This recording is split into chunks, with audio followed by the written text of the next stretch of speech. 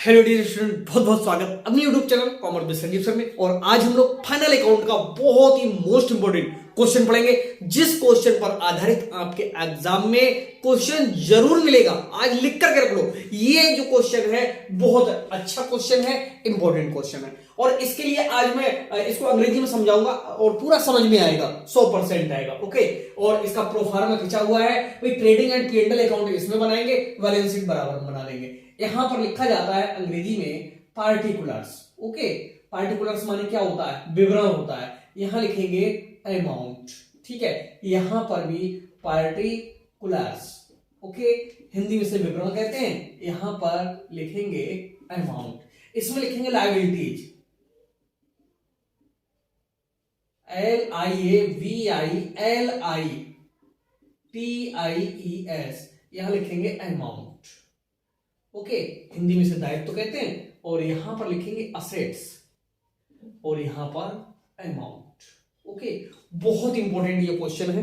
और इस क्वेश्चन को अगर आपने सही से समझ लिया तो समझो कि आपकी जो मार्किंग है इसकी तो पक्की हो ही जाएगी। ठीक है, कह रहा है श्री गोविंद राम जी ने निम्नलिखित तलपट से 31 मार्च 2020 को समाप्त होने वाले वर्ष के लिए व्यापार तथा लाभानी खाता और उसी तिथि का आर्थिक चिट्ठा बनाइए। ओके, और जो समायोजनाएं हैं वो भी दी हुई हैं।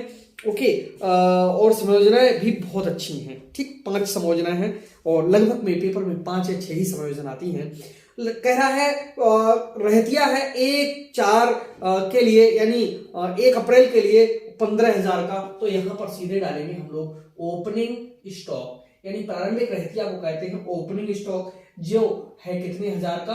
15,000 का। इसके बाद में है क्रय, और क्रय दिया हुआ है कितना? 21,000 रुपए का। तो क्रय को कहते हैं, सॉरी 2 हमने नहीं लगाया, 2 लगाना चाहिए। 2 यहां लिखेंगे परचेज, ठीक। और माइनस इसमें से क्या हो जाएगा? रिटर्न। ओके, और इसके बाद में जो परचेज है दिया हुआ वो है 21,000 रुपए का। तो यहां पर हम लिखेंगे 21,000, और जो रिटर्न है वो कितनी है? -1,000। ठीक, तो बाहर कितना हो जाएगा? पूरा 20,000।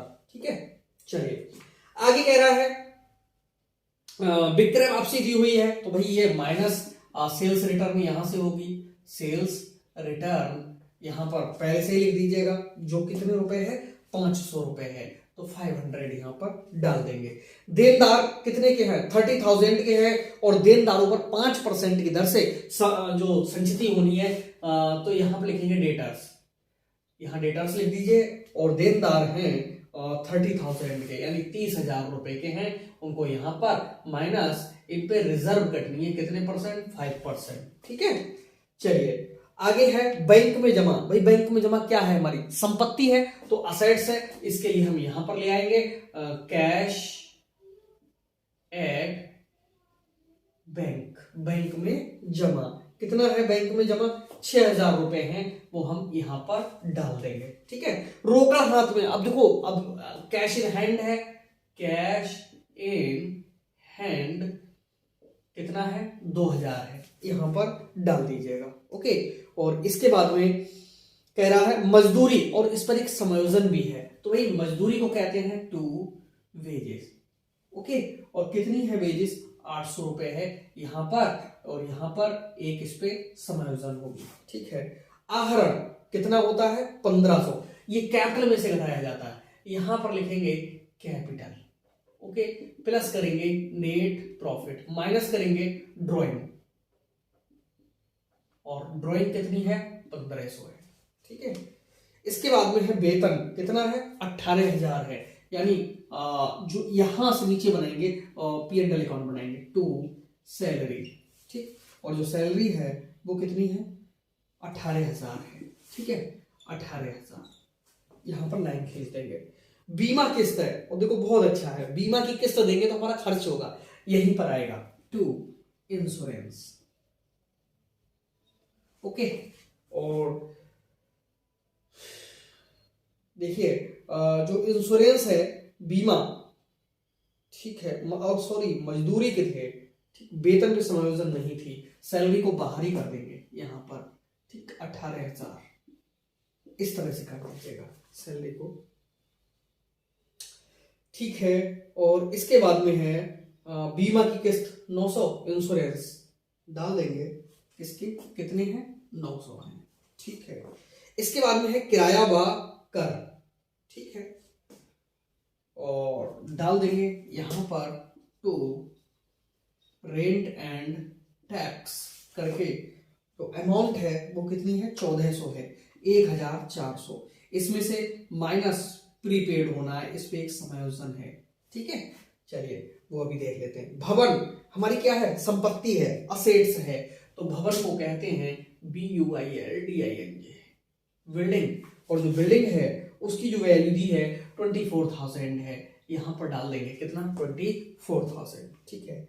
कार्यालय व्यय, इसको हम कहते हैं ऑफिस एक्सपेंसेस, हमेशा लाभ हानि पे डिविडेंड मिलाएंगे। मैंने एक तरीका बताया था अंतिम खाते कैसे बनाते हैं, वो आपने देख लिया है, इसलिए सारी चीजें समझ में आ रही होंगी 100%। यहां पर टू ऑफिस एक्सपेंसेस है, कितने हैं 900 है, ठीक है। इसके बाद में है पूंजी, अब क्रेडिट साइड की मदे आ गई हैं, और पूंजी है 40,000 रुपए की, तो यहां डालेंगे 40,000, ठीक। विक्रय कितना है 50,500 है, बाय सेल्स 50,500, ठीक है। इसके बाद में है लेनदार, और वो है 20,000 रुपए के लेनदार, जिसको हम कहते हैं क्रेडिटर्स, और अमाउंट है कितनी 20,000 रुपए, ठीक। देय विपत्र है कितने का 10,000 रुपए का, बिल्स पेबल वो है कितना 10,000 रुपए का, ठीक है। क्रय वापसी 1,000 रुपए की हम पहले डालती है वहां पर, ठीक है। प्राप्त छूट, छूट हो, डिस्काउंट हो, कुछ भी हो, कमीशन हो, वो सब यहां आता है, डिस्काउंट रिसीप्ट, ओके, कितनी है 500, ठीक। तो लगभग में अब बहुत बड़ा क्वेश्चन नहीं आता है, लगभग में इतना ही बड़ा क्वेश्चन आता है, और इसमें समायोजन जोड़े घटाइए आंसर आना चाहिए, ठीक है। वर्ष के अंत में रहती का जो मूल्यांकन है 25,000 पर किया गया, बाय कौन सा स्टॉक, क्लोजिंग स्टॉक, कितने का 25,000 का। हर समायोजन दो जगह पे लिखी जाती है, बाय कौन सा स्टॉक, क्लोजिंग स्टॉक, और वो भी कितना 25,000 रुपए, वहां पर भी पहुंचेंगे। इसके बाद में है मजदूरी के 200 रुपए अदत्त है, अदत्त का मतलब चुकाने हैं, यानी प्लस करेंगे, OS का मतलब आउटस्टैंडिंग है 200, अब ये कितने हो जाएंगे 1000 हो जाएंगे। जितना आउटस्टैंडिंग होता है वो लायबिलिटी कहलाती है, आउटस्टैंडिंग एक्सपेंसेस या बेजिस करके यहां पर डालेंगे, कितने थी 200 थी, ओके। किराया था करके 100 रुपए पूर्व दत्त है, प्रीपेड है कितने 100, तो बाहर कितने होंगे 1300, ठीक। यहां से 100 घटाए हैं, प्रीपेड का मतलब है कि हमने पहले से ही चुका दिया, पैसा तो हमारा ये संपत्ति बनेगा, प्रीपेड, अरे बाइक नहीं लगता है यहां, प्रीपेड टैक्स कितना है 100 रुपए है, ठीक है।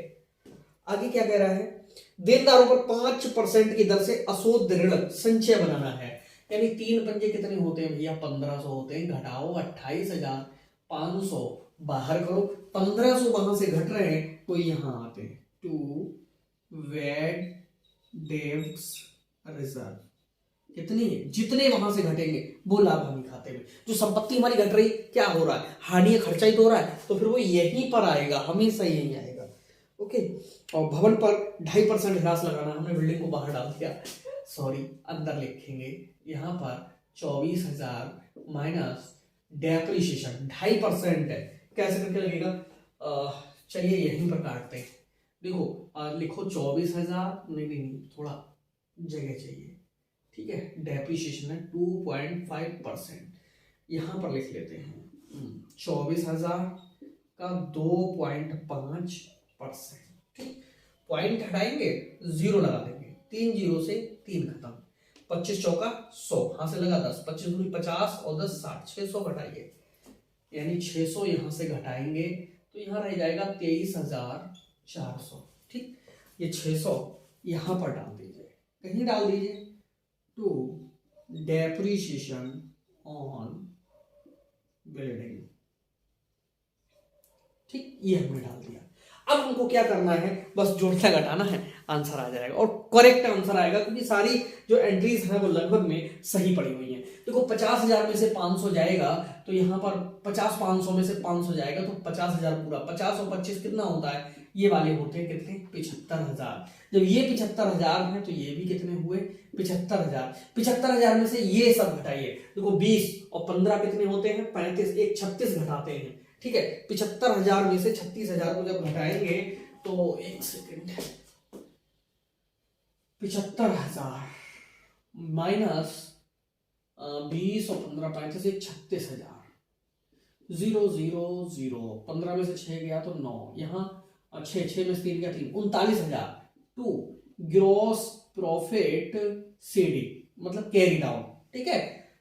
कितना, 39,000 जो ग्रॉस प्रॉफिट आया, सीडी का मतलब कैरी डाउन, नीचे ले गए कितना, 39। अब यही नीचे आता है, यहां लिखते हैं by gross profit brought down, नीचे लाए कितने हजार, 39,000, 39,500 ये तो टोटल हो गया 39,500, ठीक। ये 39,500 है तो यहां पर भी लिखेंगे 39,500, यहां लिखेंगे 2 क्या, नेट प्रॉफिट, उम्मीद है नेट प्रॉफिट ही होगा। इन सबको जोड़ करके 39,500 में से घटाते हैं, तो भाई जुड़वाइए मेरे साथ में, देखिए कितना हो रहा है। देखो एक 0 का 0, 2 नंबर का फिर से 0, तीसरे नंबर को 6 9 15 और 3 18 और 9 27 और 5 32 के 2 हासिल लगे 3 1 4 1 5 और 8 13 के 3 1 और 1 2, 23,200 किसमें, 39,500 में से घटाएंगे, 39,500 0 0, यहाँ 3 और 9 में से 3 गया तो कितना 6 और यहाँ 1, 16,300 क्या प्रॉफिट है, 16,300, ठीक है, नेट प्रॉफिट है। तो यहां पर डाल देंगे 16,300। अब 16,300 यहां पर जुड़ जाएगा 16,300, ठीक है। ये देखिए अब दोनों ओर का जब टोटल मिलेगा तभी आंसर सही है, अन्यथा सही नहीं है, ठीक है।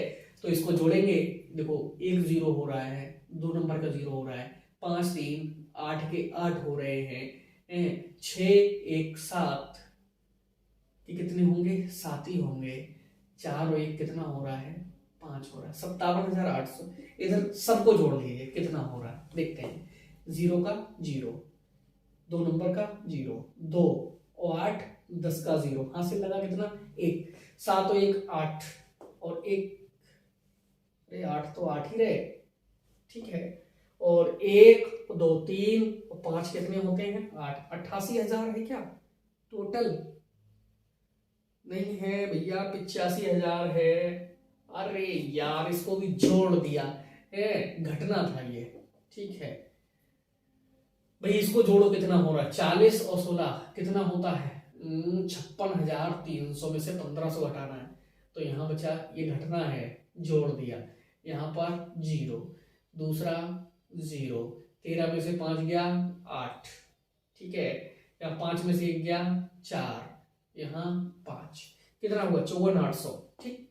अब जोड़ेंगे तो 1,500 जोड़ रहे थे, घटाएंगे 3,000 का अंतर आएगा, यानी 85,000 आ जाएगा। इसका टोटल करके देखते हैं, देखो आ रहा है 85,000 नहीं आ रहा, देखो यहाँ एक 0, 2 नंबर पे 0, 1 4 5 और 5 10 का 0 हासिल लगा 1, 8 और 1 9, 6 15 2 17, 3 20 और 5 25 के 5 हासिल लगा 2 और 2 4 2 6 2 8, 85,000। तो दोनों का टोटल कैसा हो गया, बराबर हो गया।